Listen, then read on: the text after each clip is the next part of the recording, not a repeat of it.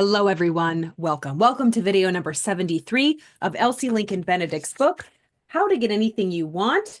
We are streaming live from the penthouse. All right. If you saw yesterday, I found this I created through AI this gorgeous penthouse that I live in my mind, but it's all about imagination and it goes along with what we're studying.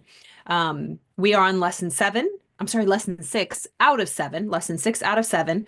Find the open doors to what you want. Find the open doors to what you want. We read a couple pages in already. We only have one more lesson left. We went through this whole book together. We are going to go through this whole book together.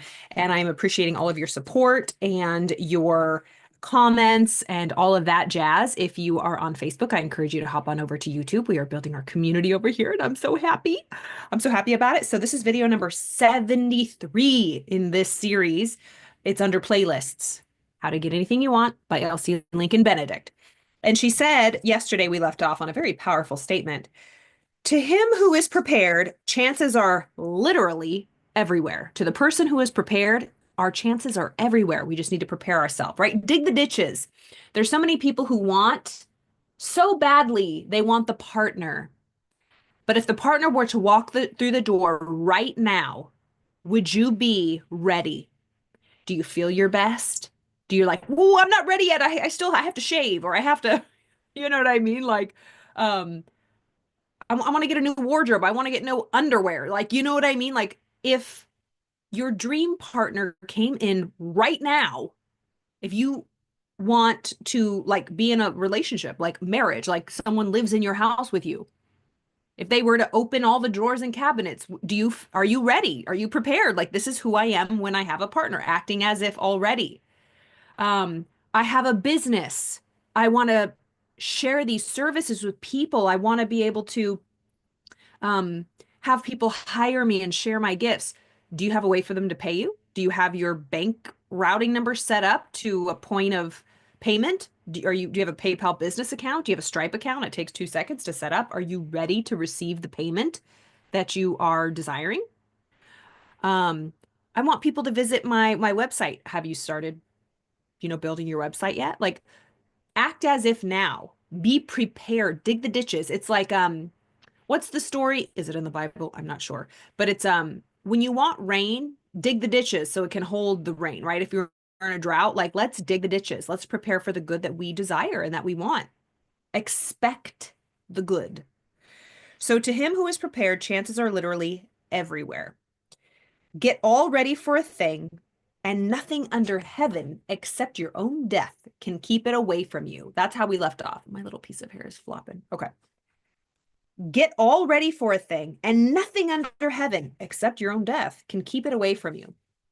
I will give you two wildly different in illustrations of this law. So she's going to give us some examples, two different illustrations. Have you ever known a super sensitive or touchy person? A woman, perhaps, who is always expecting to have her feelings hurt, who is looking for slights, snubs, and other wounds? You who do not have this experience have often wondered why these hateful things are always happening to her. But you need wonder no longer. And you need not waste your time or energy trying to save her from a repetition of them. She brings them upon herself, and only she herself can ward them off. How does she do it?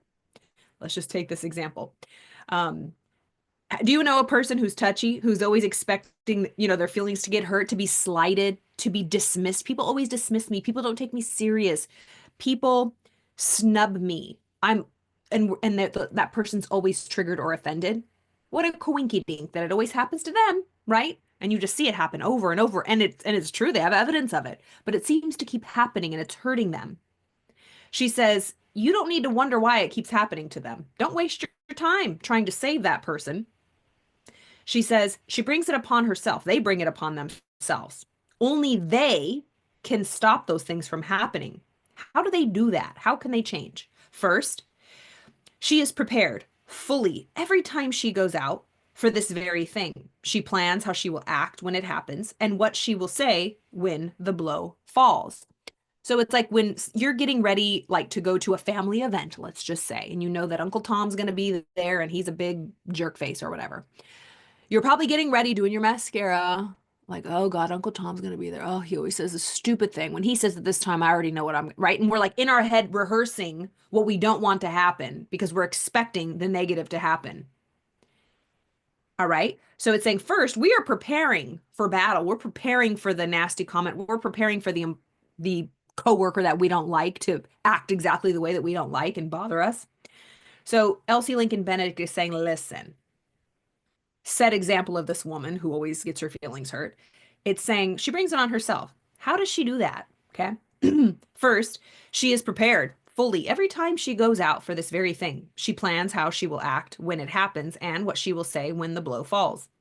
Second, she is on the lookout for every moment for something of its kind. It's like the reticular activating system, right? You get what you expect. Whatever you have in your mind, your brain will show it. It's an algorithm. Your search engine, whatever you got going on in the search engine, that's what will show you. There's a lot of other things happening, but you're going to see the one thing that you're expecting, even if it's what you don't want. So second, she is on the lookout every moment for something of this kind. She is keyed to the highest pitch of expectation. And just as with a violin string, the more taut this tension, the less is required to set up a vibration. She is keyed to the highest pitch of expectation. And just as with a violin string, the more taut, T-A-U-T, this tension, the less is required to set up a vibration. So the more is taut tight. Is that what it means? Like more strung, like wound up? Let's just look it up together. I don't remember the last time I read the word taut, T-A-U-T, but I'm pretty sure that's what it means. Let's look it up.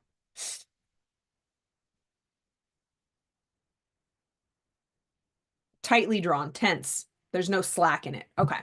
So it's like a cord, like a string that's really tightly wound. You just have to bing, ding, and it dings, right? If it's like limpy, it's not going to work. So she's saying that this person, first, she's fully prepared for what happens and she knows exactly how she's going to react when it happens. Second, she's so tightly wound that even the slightest push is going to trigger her and set her over the edge. She is so concentrated on looking for something of its nature that she misconstrues the most innocent remarks, looks, and actions as criticism of herself. This is so true. Woo! I've been around a lot of people. I have had a lot of clients that experience this, and at times me too. I have too. Like when I am self-conscious or I don't like a group of people and I think that they're this or that way. This was in the past because I live in the penthouse, baby. Okay. But no, for example, there was somebody who they experience all the time feeling dismissed, feeling cut off, not feeling heard. And I know this about this person, and I see how they can see that in different experiences, and then they do experience it because it's like a vibration they put off, and then people match that vibration. It's like it's sad, but it's like they're asking for it. Like, what do you expect?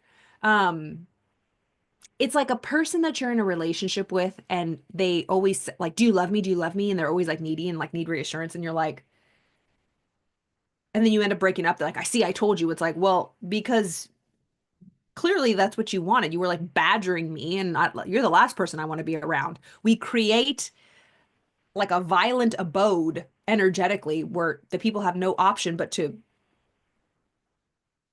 meet our requests for what we don't want. And then it just, reaffirms it and, further gives us evidence for what we don't want. But this person, I don't know what I said, and they were extremely offended. And I said, that is not what I meant. Like, oh my goodness, that is not what I said. But that's what they were looking for. I was like, there's nothing you can do. Even Napoleon Hill says it in Think and Grow Rich, like somebody with a bad attitude and a bad mood and has their mind set on the negative, there's nothing you can do to help them. I think actually in The Strangest Secret, Earl Nightingale says something about that. Like they're hopeless, like straight up. I mean, I don't think anybody's hopeless, but like there's nothing you can do to help them.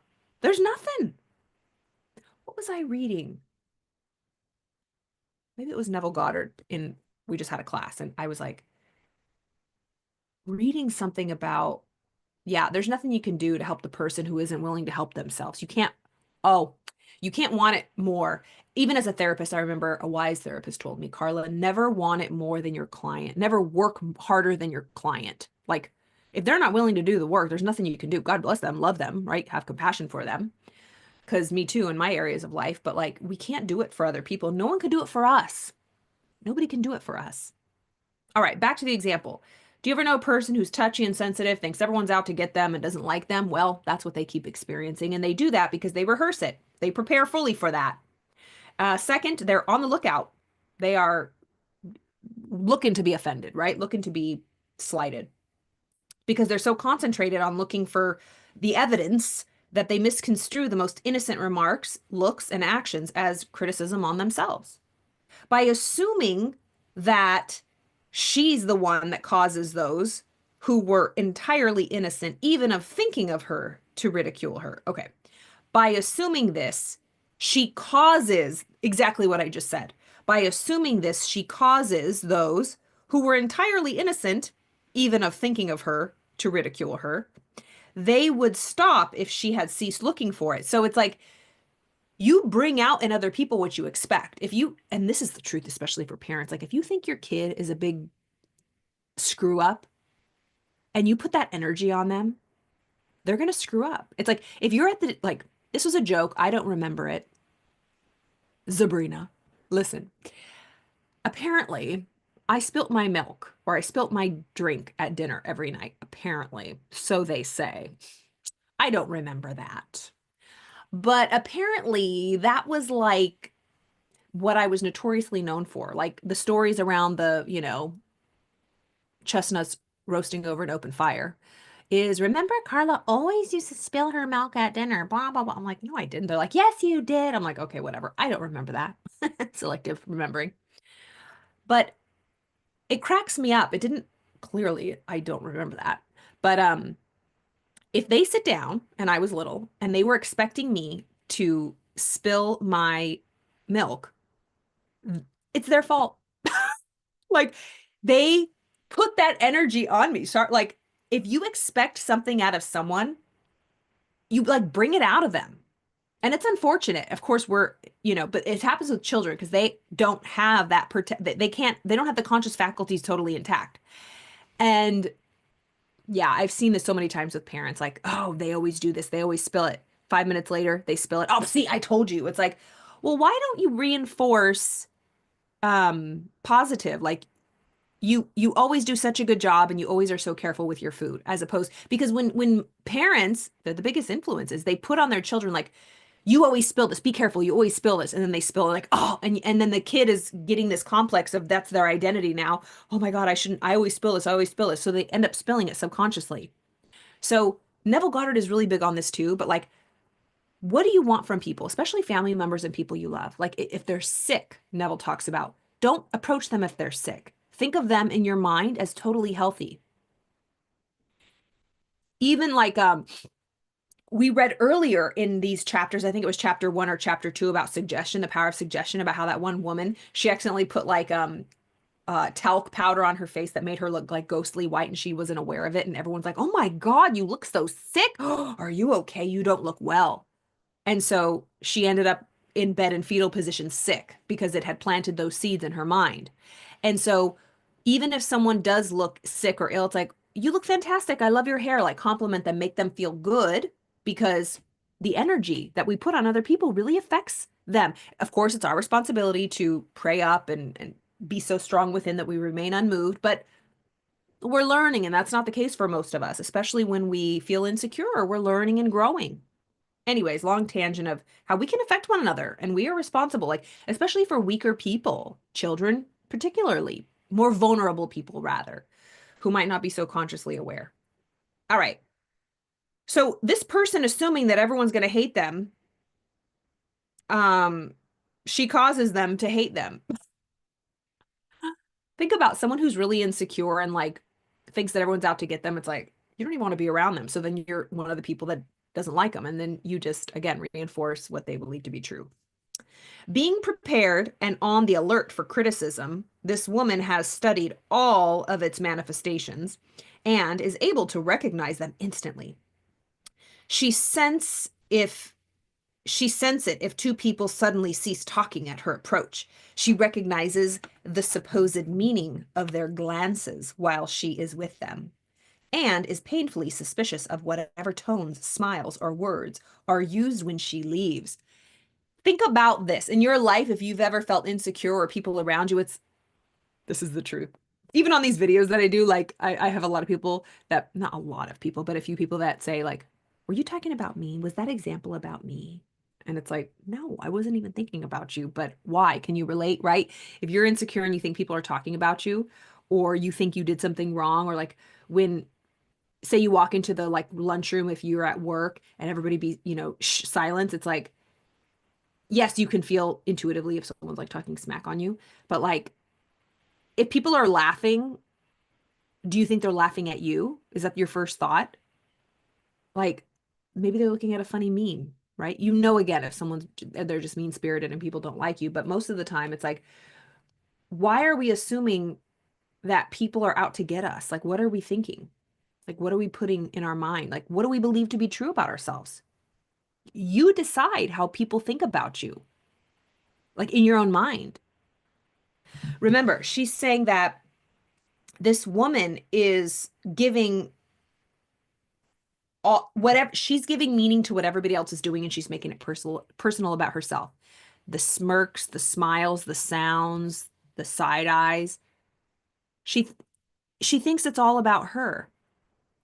When these people are individual, like they could be stressed out on their own, like their brow furrowing, they could be stressed about something in their life, and it's like, did I do something wrong? It's like, no, like I wasn't even thinking about you. Are you okay? Like I'm my own person. It's not all about you, honey, right? So we don't see with our eyeballs. We don't hear with our ears. We see with our mind. We hear with our mind. Have you ever heard of selective hearing? If we hear something, are we assuming the negative? When you're reading a text message from someone or an email, and um, again, you don't read with your eyes, you read with your mind. You read with your thoughts. You can be picking up tones and think that they're rude or short or whatever, and you can read into something. That's not really what they're saying. It could be, but it's not really what they're saying. It's what you think they're saying. This was so funny. I remember it was during during COVID when they were given the vaccine and everybody was up in arms about their opinions on the vaccine. There was this guy, and he had quite a following. And he put a post up and it said this. Um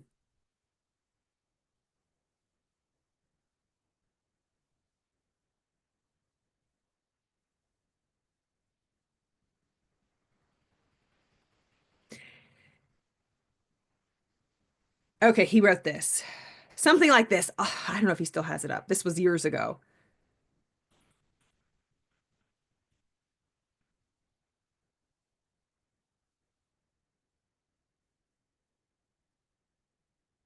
Oh, what was it? It was oh man. I want to use this as an example. Let me get my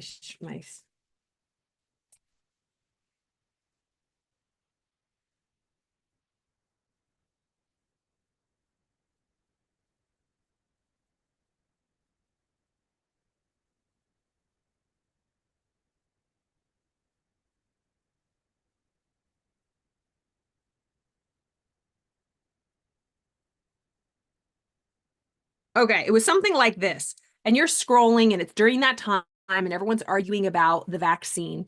And it was this big post and it said, I think everyone should take a vacation, but everyone saw vaccine because that was the hot word. The comment section was on fire. He goes, there, I said it. Everybody should take a vacation. But in that context, everybody read vaccine. I think everyone should take the vaccine. And so I read it because it was shocking that this person was saying that. And so I just looked at it and I was like, oh, that says vacation. And I started laughing. I said, oh, he's bad. He was, stirring up trouble. But a lot of people didn't know People started arguing with him in his comments. He lost followers. Um, People were agreeing with him, like, yeah, I'm glad you agree with me. Everyone should take the vaccine. I mean, and then there was people laughing like, oh, you're bad vacation, haha. Like, but people were reading it with their minds, with their emotions, not with their eyeballs. And so it goes back to this woman, or any of us. Our world is our For You page. It's our algorithm, what we see, depending on what we're thinking, what we're filling our mind with. So let's be careful. So she says, she senses if two people suddenly cease talking. She's painfully suspicious of whatever tones, smiles, or words are used when she leaves. If these are gleeful, she attributes it to the fun they are supposedly having at her expense. If she hears or sees nothing indicative of this, she concludes they are evidently too clever to betray themselves. And if by any chance her name is mentioned and catches it clear across the room, and if by any chance her name is mentioned, she catches it clear across the room, though their conversations be carried on in whispers so low that nothing else is distinguishable to her, this one word rings out clearly. She has now taken the 4 steps which form the foundation for what has occurred: expectation, preparation, concentration, and recognition. Ooh, this is a good formula. Expectation. What do you expect? What do you want? Preparation. Are you preparing for it? Are you concentrating on it? Concentration. And recognition, recognizing the opportunities as they pop up. She expects to be slighted, so she makes preparations for it. Being prepared to meet it, she keeps on the lookout for it. And by keeping on the lookout for it, she recognizes it when it isn't there as well as when it is. All these lead inevitably to the next step. She does something about it. In other words, she acts on it. This action starts it all over again by recreating the conditions, reseeding the soil in her own mind and her subconscious. This keeps her chronically in the mood, and the mood keeps the seed alive and growing, not only in her own mind and body, but by suggestion also keeps planting it in the minds of others. We truly do. Like when I say your mind is a garden, your thoughts are seeds, you can grow flowers or you can grow weeds. Like we create the garden of our mind. But when we're around other people, they experience our garden, our mind garden as well. So if we have weed seeds about ourselves and other people, we're planting that in other people, whether we know it or not. So it's like, pay attention how you feel when you're around certain people. You can see plainly how this happens. When she hears someone mentioning her name, she instantly decides it must have been in criticism. And in one way or another, directly or indirectly, but inevitably, she displays her resentment, anger, or hurt. All these are destructive moods and cause even one's best friends to become disgusted after a while, until they too begin to grow tired and to avoid her. They naturally make explanations to others as to why they were compelled to do it, and this suggests the condition to a still larger circle. Those who were not her friends and who may perhaps have said or done things to wound her are only further antagonized by the reaction she gives to the gossip, while those who were neither friend nor foe are gradually moved to the opposition by her own actions, suspicious tendencies, and too sensitive nerves. These actions on her part complete the vicious circle and start all the trouble over again. What we expect, we prepare for. What we prepare for, we look for. What we look for, we are sure to find, and by reason of sharpened sensibilities, certain to recognize. Then, when we recognize this thing which we have anticipated for so long, we act. This action is the ripened fruit of expectation. You can go on a step further back and see that our expectations are caused by our dominant moods. For those of you who would like a moment's review, I will go back to the real root of it all. The thing that makes our moods,